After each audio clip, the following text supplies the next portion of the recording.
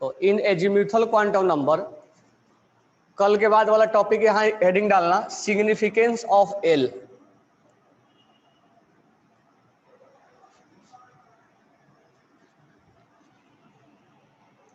Significance of L यानी azimuthal quantum number L का significance क्या है। तो इसमें पहला पॉइंट लिखेंगे, it indicate the subshell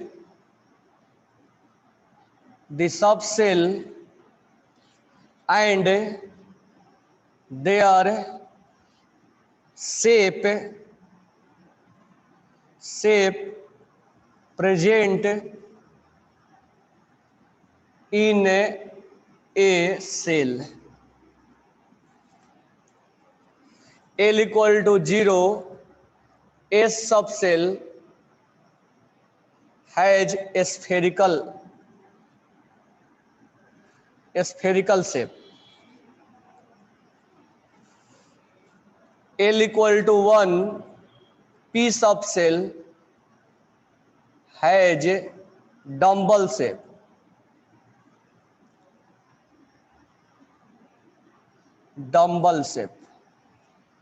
L equal to 2, D subcell double dumbbell shape.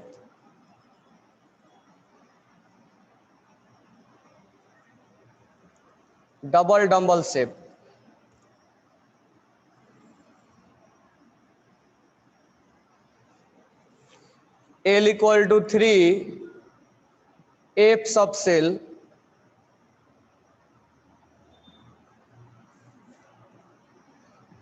four-fold dumbbell shape.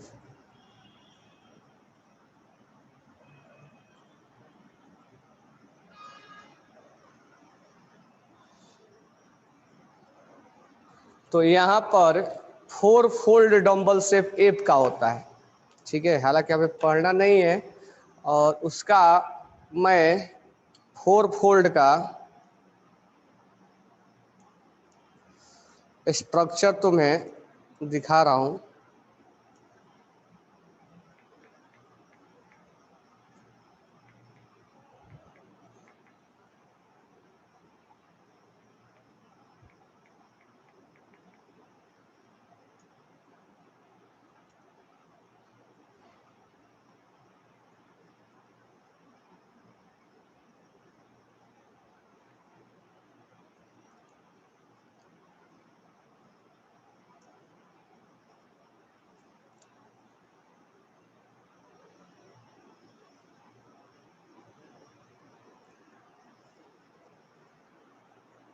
ध्यान से देखो, जी और एच का हमें नहीं पढ़ना है।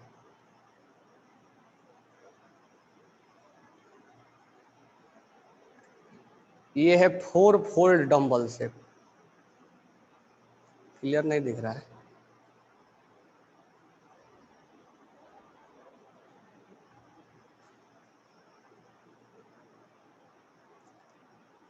One minute.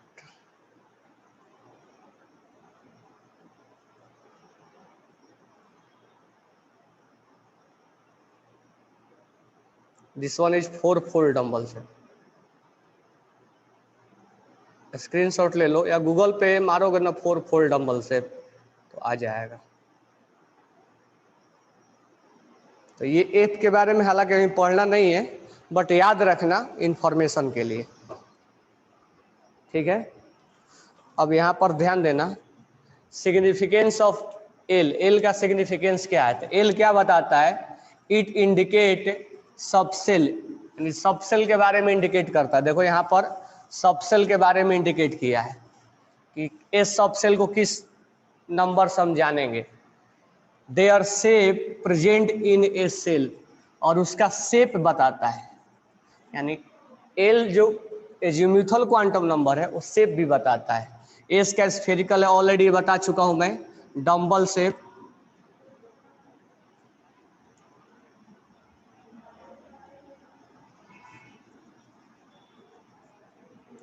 Four dumbbell shape, double dumbbell shape.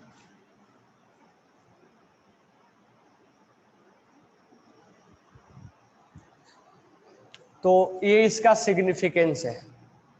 तो पूछा जाएगा कि एजीमुथल क्वांटम नंबर क्या रिप्रेजेंट करता है। तो एजीमुथल क्वांटम नंबर सबसेल का नंबर को रिप्रेजेंट करता है और शेप के बारे में बताता है। ठीक है, अब नेक्स्ट ये लिख लिए होगे। अब नेक्स्ट हम इसमें देखते हैं कैलकुलेशन ऑफ एल। नेक्स्ट हम देखेंगे calculation of L. Write down next heading calculation of L.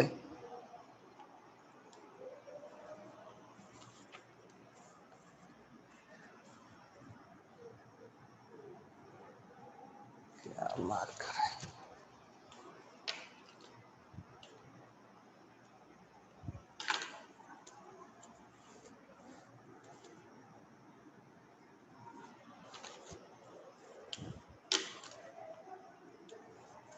Calculation of L.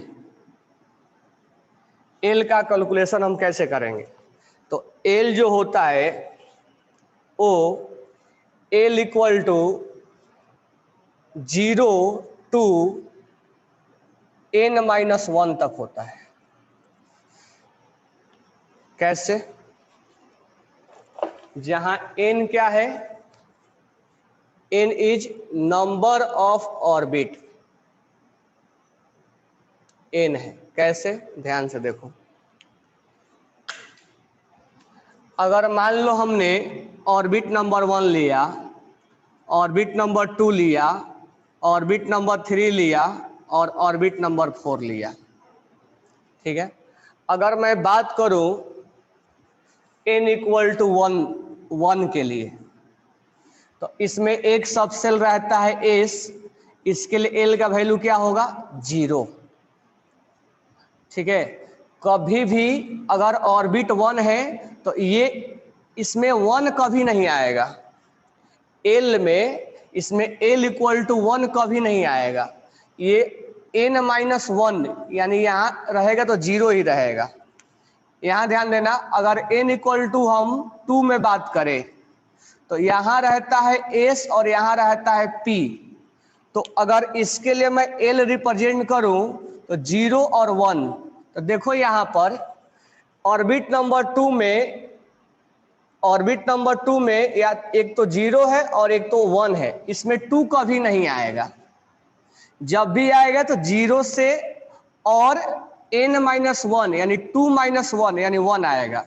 तो 0 आएगा और एक 1 आएगा, इसमें 2 कभी नहीं आएगा। अगर मैं ऑर्बिट नंबर 3 में बात करूं तो यहां रहता है s p d। तो यहां 3 कभी नहीं आएगा। क्या आएगा? 0 आएगा, 1 आएगा, 2 आएगा।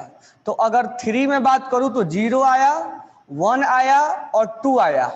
3 कभी नहीं आएगा। 3-1 2 के ही 2 तक ही रहेगा। अगर मैं यहां बोलूं n इक्वल टू 4 तो इसमें आएगा s p d f। तो l इक्वल टू 0 आएगा, 1 आएगा, 2 आएगा, 3 आएगा, कहीं 4 नहीं आ सकता है। तो इसीलिए इसका वैल्यू 0 से n-1 यानी 4-1 तक ही लिमिट रहेगा। कभी n इक्वल टू 4 है तो कभी l इक्वल टू 4 कभी नहीं हो सकता है। अगर n इक्वल टू 3 है तो l इक्वल टू 3 कभी नहीं हो सकता है।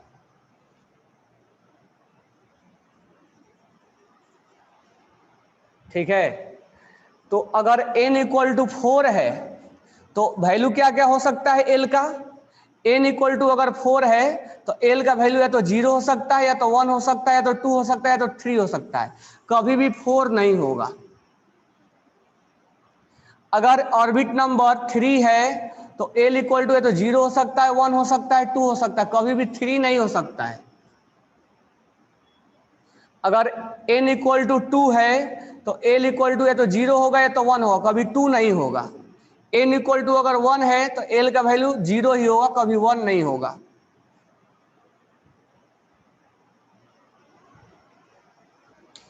ये बातें क्लियर हो गई होगी। तो कभी भी अगर क्वांटम सेट ऐसा लिखा रहेगा, ये दोनों इक्वल रहेंगे, तो सोच लेना वो बिल्कुल गलत लिखा हुआ है।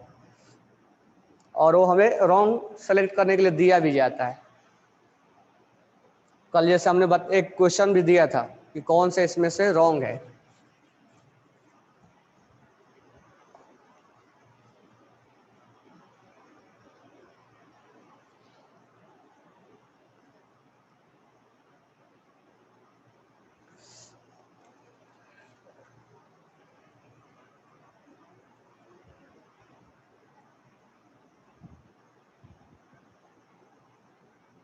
ठीक है, सबने लिख लिया। तो एल एजिम्यूथल क्वांटम नंबर कल हमने जो टीच किया था एसपीडीएफ के लिए, वो रिप्रेजेंट करता है 0, 1, 2। उसके बाद हम आज क्या टीच किया हमने, सिग्निफिकेंस ऑफ एल। एल जो है शेप को बताता है और सबसेल को नंबर से रिप्रेजेंट करता है। तीसरा, एल का जो वैल्यू होगा कभी भी अगर n इक्वल टू 3 है तो एल कभी भी 3 नहीं हो सकता है, एल उससे एक कम ही आएगा। ये सेट, ये सबने लिख लिया होगा। अब हम आगे आते हैं। अब ध्यान देना, अब एक दो हम फॉर्मूले यहां से निकालते हैं। तो पहला अगर हम फॉर्मूला बोले कि number of orbitals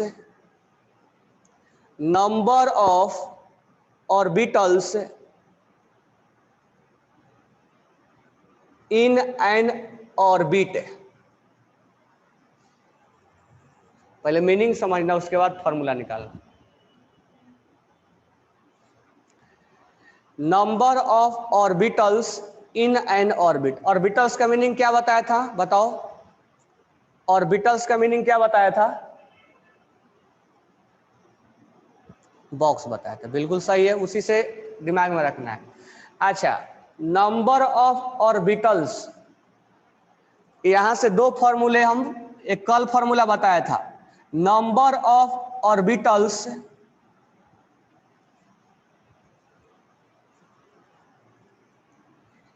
in a subshell. ध्यान देना,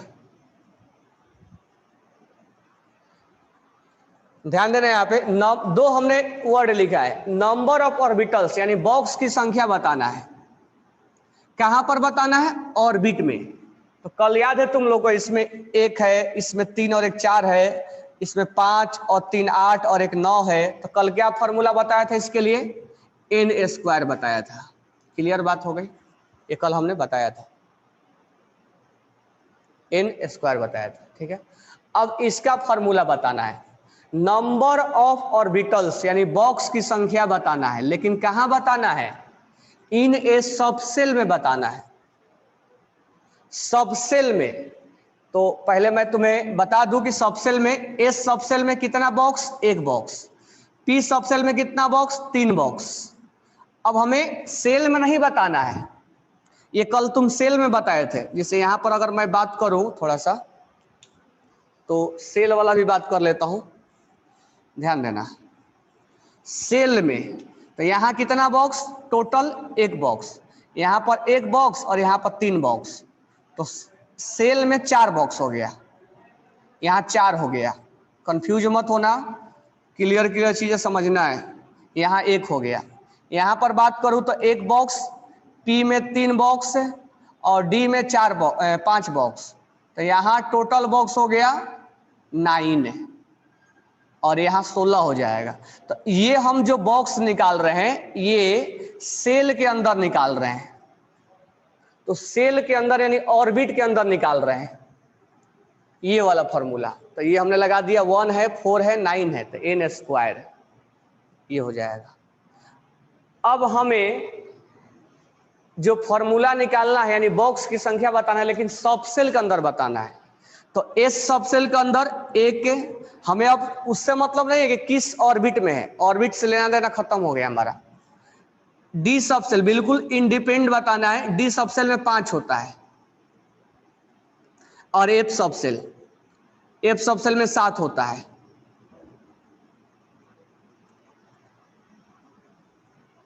ये अब हमें किसी ऑर्बिट से मतलब नहीं, किसी ऑर्बिट के बारे में नहीं पूछ रहा है, हमें अब पर्टिकुलर इसके लिए निकालना है। 1 होता है, ये 3 होता है, ये 5 होता है और ये 7 होता है।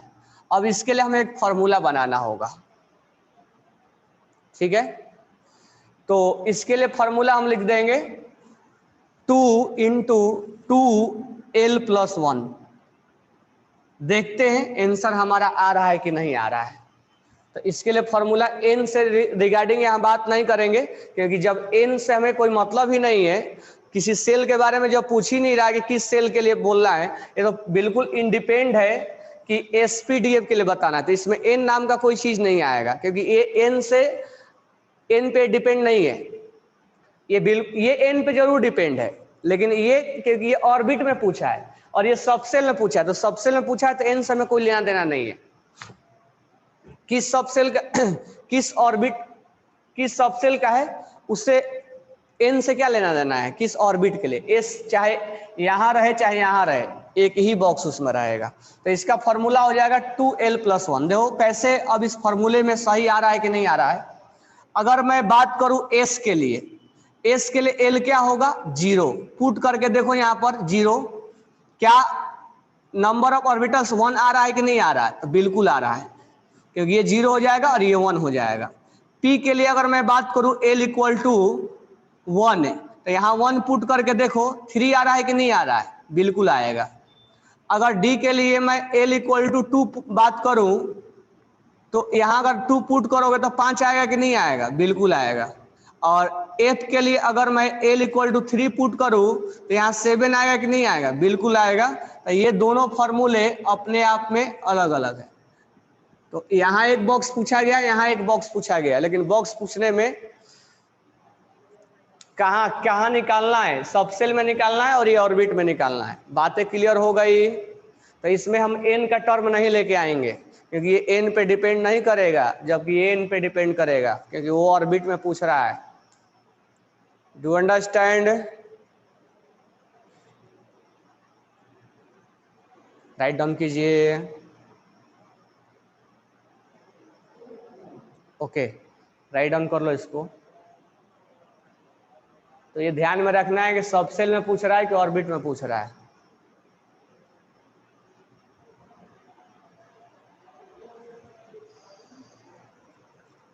बातें क्लियर हो गई ना। तो ये 1 3 5 7 ऐसे जा रहा है, तो हम इसमें एल को लेके आएंगे, ठीक है। मैथ की तरह नहीं करेंगे, एल के लेके आएंगे। बातें क्लियर हो गई, लिख लिए होगे सबने।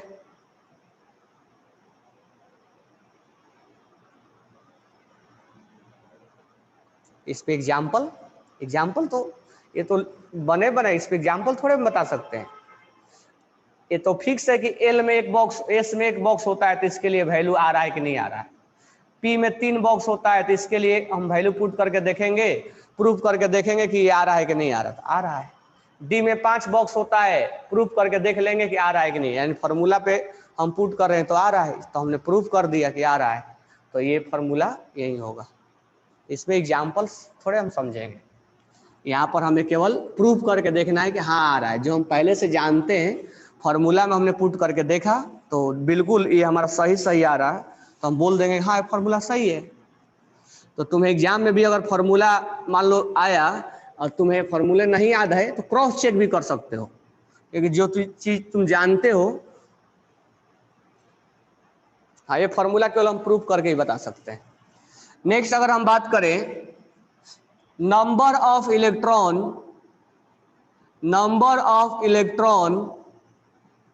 इन एन ऑर्बिट, और अगर हम बात करें नंबर ऑफ इलेक्ट्रॉन, ध्यान से समझना, इन a subshell,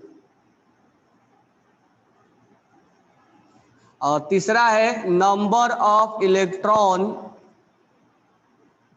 in an orbitals. ध्यान से समझिएगा, कल मैं नंबर ऑफ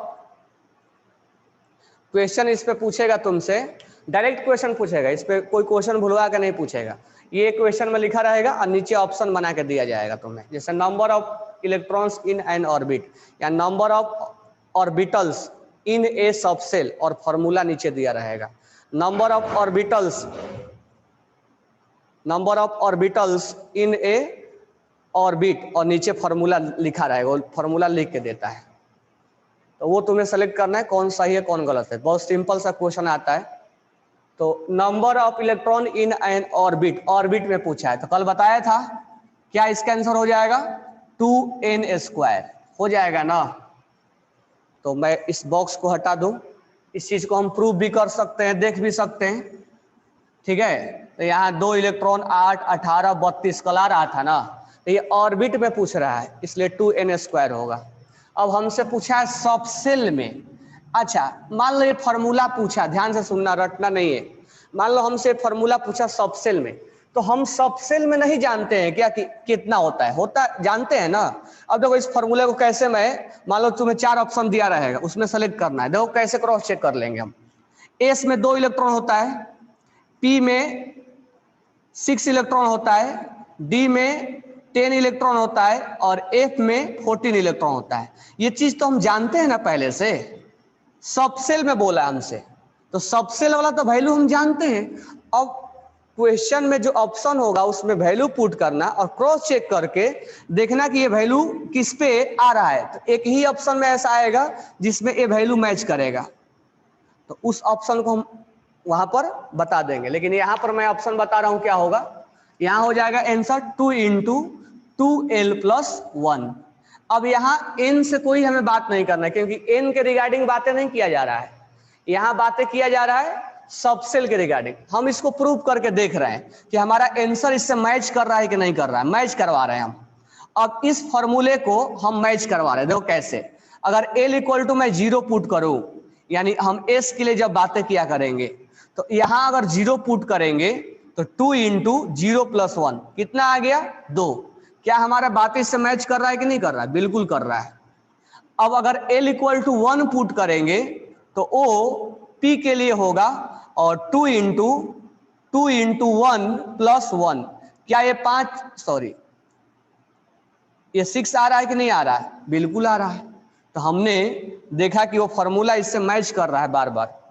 l = 3 भी पुट कर सकते हो, तो ये क्रॉस चेक करना है तुम्हें।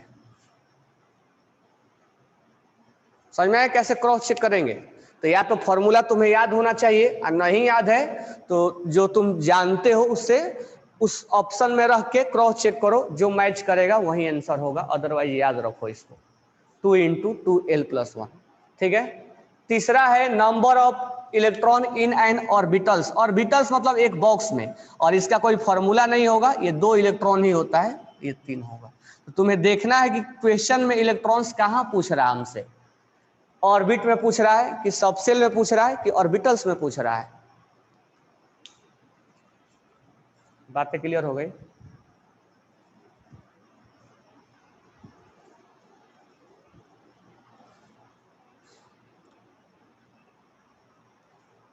ओके, सबको समझ में आ रहा है ना। What is difference between orbit and orbitals. Orbit जिस पाथ पे घूमेगा उसको ऑर्बिट बोलते हैं, और जहां इलेक्ट्रॉन्स मिलने की संभावना ज्यादा होती है, उस संभावना थोड़ा आगे बात करेंगे। अभी तुम्हें बॉक्स से समझाया, उसी से आंसर करना, नहीं तो कंफ्यूजन होगा। जब एटॉमिक स्ट्रक्चर आएंगे ना, तो वहां पर समझाएंगे कि इलेक्ट्रॉन्स मिलने की संभावना कहाँ ज्यादा होता है। Probability of finding electron around the nucleus is known as orbitals. अभी तुम ऑर्बिटल्स का मीनिंग बॉक्स से निकालना, क्योंकि ज़्यादा क्वेश्चन तुम्हें बन जाएंगे। Sir when will our exam, because professor told us exam. और एग्जाम के बारे में तो बोलता ना, मैं एग्जाम के बारे में नहीं जानता हूँ, एग्जाम मैनेजमेंट।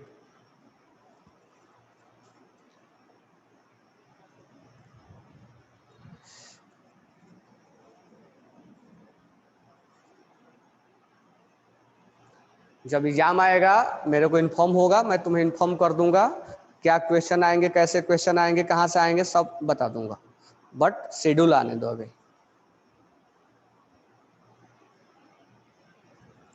शेड्यूल आ जाएगा, तुम्हें हर चीज़ इसमें इन्फॉर्म करके मिलेगा कि क्वेश्चंस किस टॉपिक आएंगे, कहाँ से आएंगे, ठीक है, कैसे क्वेश्चन आएंगे, कितना निगेटिव होगा, हर इंस्ट्रक्शन तुम्हें मिल जाएगा। चलो ये समझ में आ गया होगा। कोई डाउट नहीं है ना इसमें? ऑनलाइन ही होगा। अब हम आते हैं तीसरा क्वांटम नंबर पे। थर्ड क्वांटम नंबर जो है मैग्नेटिक क्वांटम नंबर है। मैग्नेटिक क्वांटम नंबर, तो write down heading magnetic quantum number. Magnetic quantum number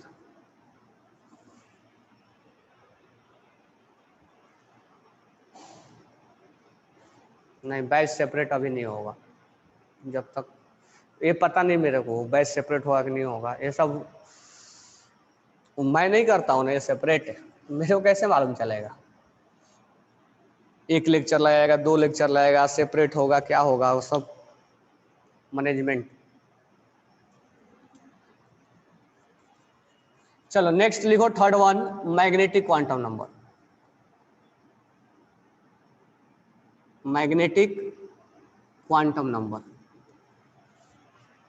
अब मैग्नेटिक क्वांटम नंबर को हम m से रिप्रेजेंट करते हैं। इसका रिक्वायरमेंट क्यों पड़ गया सोचो, मैग्नेटिक क्वांटम नंबर का रिक्वायरमेंट क्यों पड़ गया?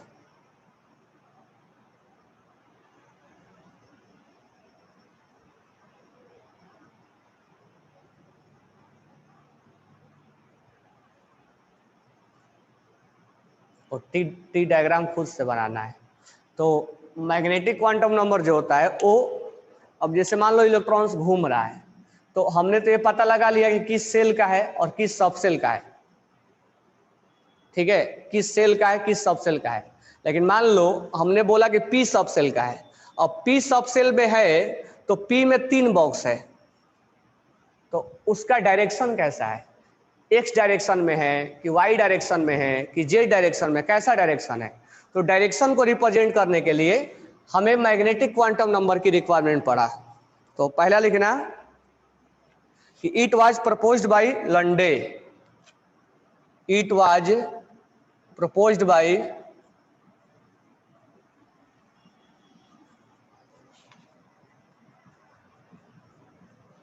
लंडे too, it was denoted by, it is denoted by letter m, ठीक है। it indicate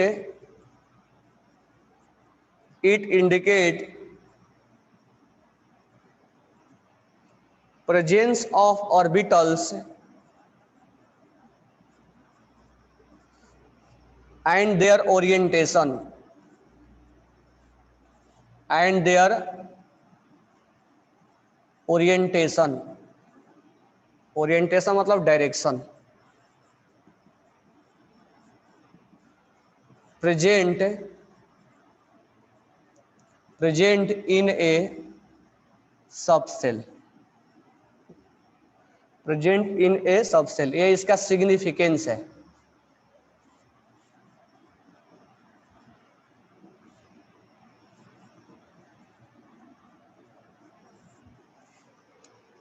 अब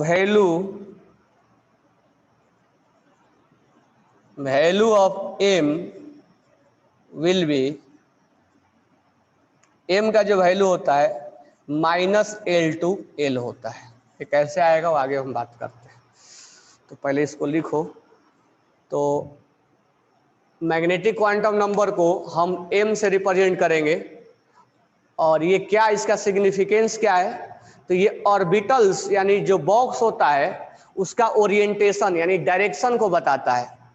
प्रेजेंट इन ए सबसेल, एक सबसेल में रहने वाला जो बॉक्स है उस बॉक्स का ये बताता है उसका डायरेक्शन, और इसका जो वैल्यू होता है वो -L/L होता है। देख लेते हैं कैसे। अगर मान लो हम S के लिए बात करें तो S के लिए L क्या होता है? 0 होता है ना। S में कितना बॉक्स होता है? 1। तो M का वैल्यू क्या लिखेंगे? मैं यहां लिख रहा हूं। अब -0 तो हम लिखते नहीं है, माइनस तो यहाँ जीरो लिखेंगे नहीं, तो यहाँ एल का वैल्यू केवल जीरो होगा। तो एम का वैल्यू जीरो कहने का मतलब ये नहीं कुछ भी नहीं है। अगर m इक्वल टू जीरो है मतलब एक डायरेक्शन को बता रहा है, मतलब एक डायरेक्शन है और उस डायरेक्शन का नाम है जीरो। तो S has one direction which value is m equal to zero. अगर हम p के लिए बात करें तो p के लिए l का वैल्यू होता है 1 और p में 3 बॉक्स होते हैं। तो m का जो वैल्यू हो जाएगा वो हम नंबर से लिखेंगे। अब 1 है तो 1 के लिए -1, -1 फिर क्या होगा 2l, यानी फिर होगा 0 और फिर होगा 1, क्योंकि अगर हम -1 ले तो 0 होगा फिर 1 होगा, यानी -l to l, यानी 3 डायरेक्शन को 3 नंबर से रिप्रेजेंट कर दिया गया, -1, 0 और 1। अगर हम d के लिए बात करें तो d में l का वैल्यू होता है 2, तो m का वैल्यू इसमें 5 बॉक्स होगा और 5 बॉक्स को हम लिखेंगे -2, क्योंकि -l से लेके l तक है, -2, -1, 0, 1, 2।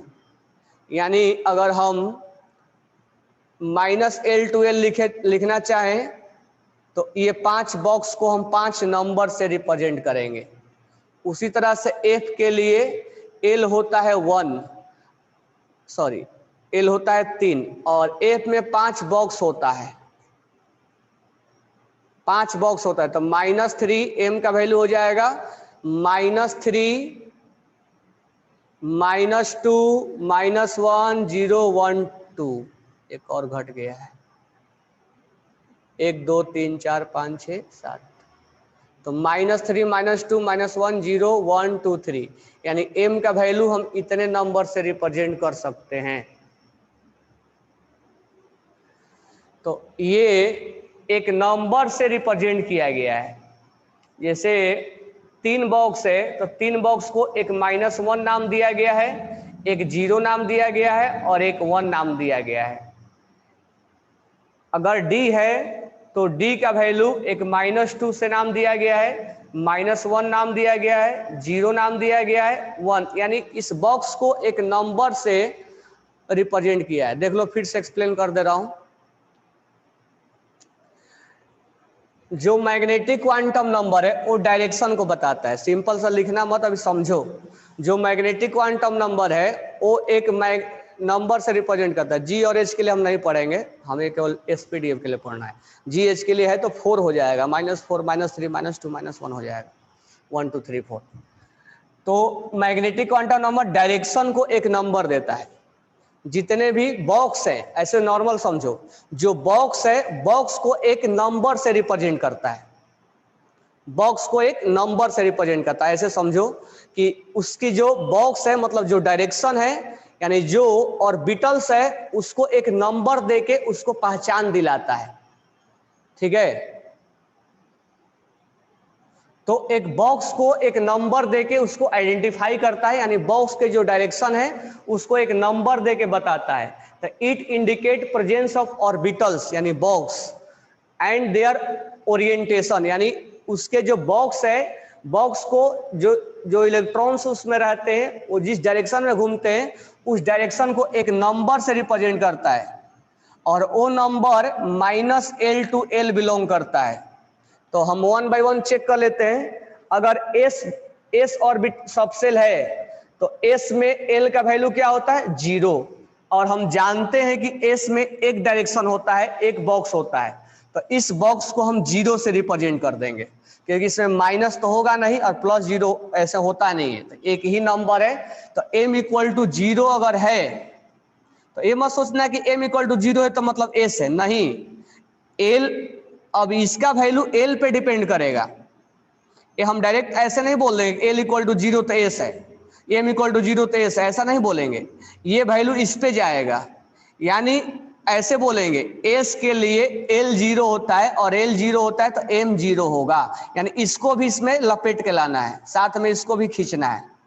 डायरेक्ट मत बोल देना कि m इक्वल टू 0 तो s बोलेंगे, नहीं, s के लिए l 0 है तो m भी 0 होगा, मतलब इसको साथ में लेके आना है।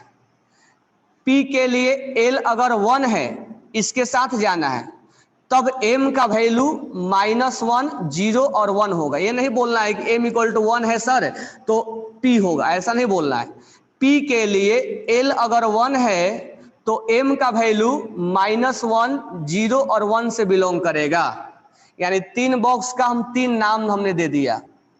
अगर d का वैल्यू l इक्वल टू 2 है तो l m का वैल्यू -2, -1, 0, 1 और 2 से रिप्रेजेंट किया जाएगा, यानी ये है तभी ये है।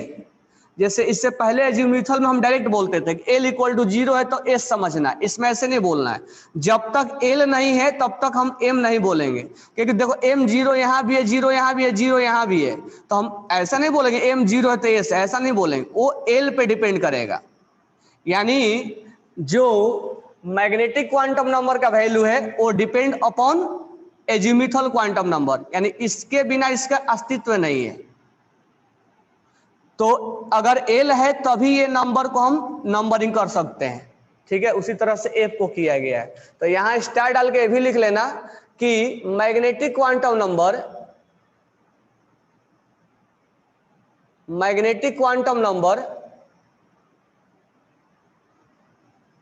will depend upon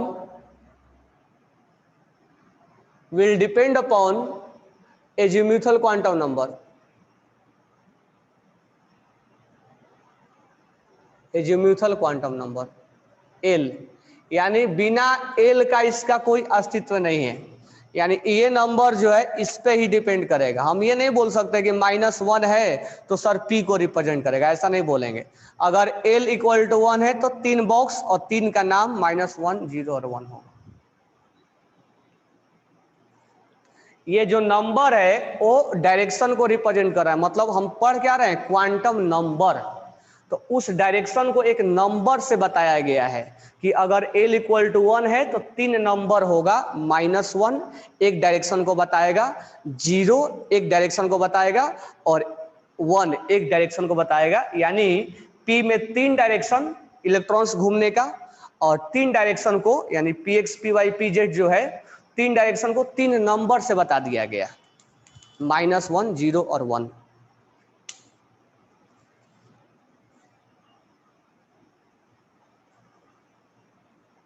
हाँ, ऑर्डर चेंज कर सकते हैं, कोई प्रॉब्लम नहीं। हमें नहीं मालूम है कौन सा इलेक्ट्रॉन्स किस ऑर्डर में किस डायरेक्शन में घूम रहा है, ऑर्डर चेंज कर सकते हैं, पर करोगे क्यों जब -L to L जाना है, क्या प्रॉब्लम है। ऑर्डर चेंज कर सकते हो, कोई प्रॉब्लम नहीं, बट रेंज यही होना चाहिए आपका, जो लिमिट होना चाहिए यही होना चाहिए, -1 to 1, -2 to 2, इस रेंज के बाहर नहीं जाना है।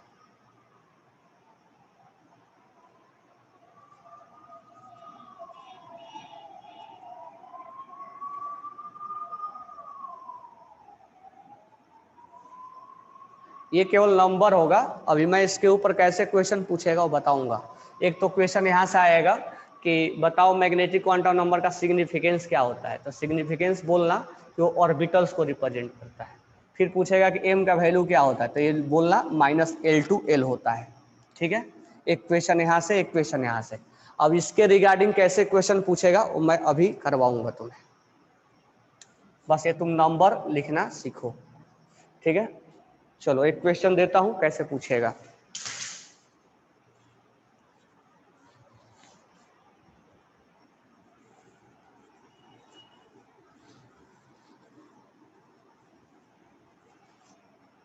Right down question.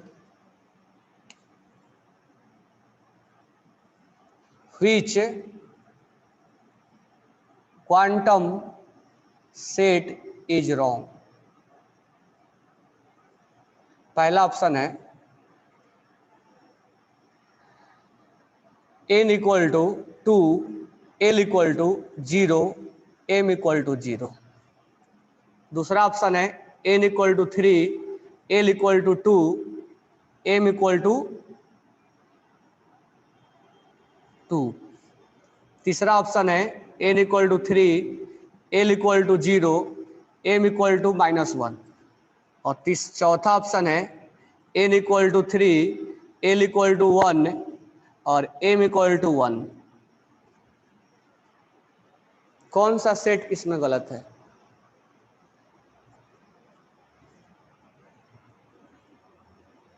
बिल्कुल करेक्ट आंसर है, ये सेट गलत है। अब चेक कर लो कैसे, देखो कैसे चेक करेंगे। n इक्वल टू 2 है, यानी ऑर्बिट नंबर 2 है, तो ऑर्बिट नंबर 2 में l 0 है, यानी ये बात कर रहा है 2s का। इसके लिए बात कर रहा है 2s का। अब m जब चेक करना है तो m will not depend upon n, ये केवल m का वैल्यू किस पे डिपेंड करता है? l पे। तो मुझे बताओ जब l इक्वल टू 0 है तो m क्या लिखोगे? 0। तो ये बिल्कुल करेक्ट लिखा हुआ है। Second option, n equal to 3 है, l इक्वल टू 2 है, यानी 2 क्या बताएगा? 3d को बताएगा। अब 3d, अब d के पास जाओ, d में क्या 2 है कि नहीं है? तो इस रेंज में से कोई भी एक वैल्यू तुम्हें लिख के देगा, ऐसा कोई जरूरी है कि सारा वैल्यू लिख के दे, तो है, तो इस रेंज में से एक वैल्यू लिख के देगा और वो वैल्यू से मैच करवाना है, ये है। अगर n इक्वल टू 3 और l इक्वल टू 0 में गए तो 3s को बताएगा। अब s में कभी भी m माइनस नहीं लिखा जाता है, ये गलत लिखा हुआ है। और n इक्वल टू 3 में l इक्वल टू 1, यानी 3 में 1 बोले तो 3p को बता रहा है, और p के पास अगर हम गए तो ये वैल्यू जो है n पे डिपेंड नहीं करेगा, p के पास जाना है। p का वैल्यू -1, 0 और 1 लिखा हुआ है, इसमें से कोई एक वैल्यू तुम्हें लिख के देगा वो, तो लिख के वो सही लिख के दिया है। कोई एक भी 0 भी लिखेगा चलेगा, -1 भी लिखेगा तो चलेगा, कोई एक वैल्यू लिखेगा वो भी चलेगा, ठीक है। यहाँ 0 भी लिखेगा तो चलेगा, इस रेंज में से कोई एक वैल्यू यहाँ दिया जाएगा। बातें क्लियर हो गई? कर इसके ऊपर और आगे क्वेश्चंस करवाएंगे मैग्नेटिक क्वांटम नंबर के ऊपर, ठीक है। क्लियर है?